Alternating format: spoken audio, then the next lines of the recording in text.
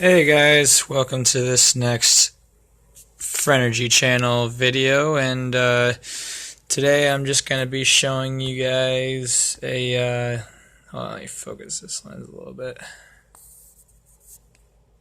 Okay.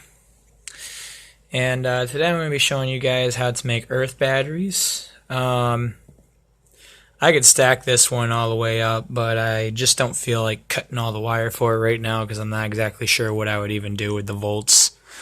But the way this works is the dirt works like an anode and the bolt works like a cathode, and I believe the moisture works as like an electrolytic or acidic effect on the screw, and it causes a direct current to be produced.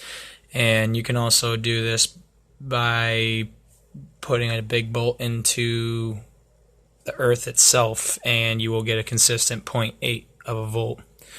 So with just these containers alone, for some reason the voltage is always the same. I'm always drawing 0.6 to 0.8 of a volt. Maybe it's just because I need more metal, but it's just kind of odd because I've used multiple different sizes of metals, and it just seems to stack when I put these in series with each other, and the amperage will stack if I parallel the wires and the bolts together. So it's just kind of odd. And let me show you how many volts I'm getting right now. Okay, so you see my voltmeter there, and you see my positive is here in the dirt, and my negative is going to be that bolt right there. And as you can see, I have it all stacked in series.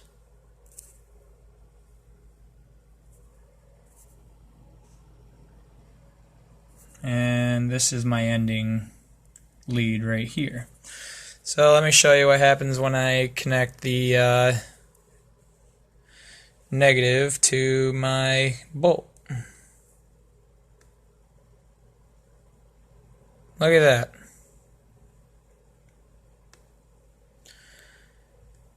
Five volts right there. Well, between 4 and 5, depending on how much I move this thing.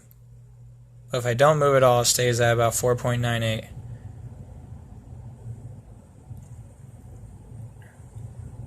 Now the amps aren't too high, but if I use more metal, I notice that the amperage does get higher. So it must be the more metal you have, the higher the amperage gets, which would in return give you more wattage to use. And it seems that as long as these things don't corrode, which for copper and zinc it would probably take a long period of time, you could really have a long-lasting battery going on here. I want to try to charge it, but I also want to see if I can make some sort of oscillation circuit out of it, so I can just step up my power and see if I can maybe over unitize it back into my earth batteries. I don't know. But stay tuned, guys. I hope you enjoyed the video. Like I said, 4.95.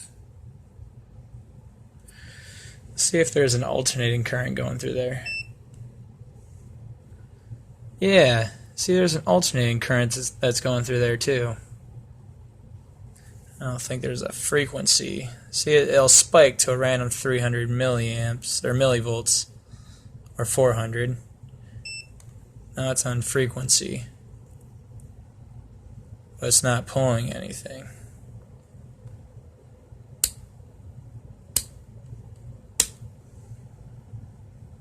Yeah, it's not pulling anything for frequency, so I don't know how it's getting that spike of voltage. Maybe it's just, I don't know.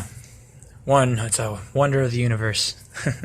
Alright guys, I'm going to tinker around with this, and I'm going to keep you guys updated on what I can build here. So peace out, have a good one.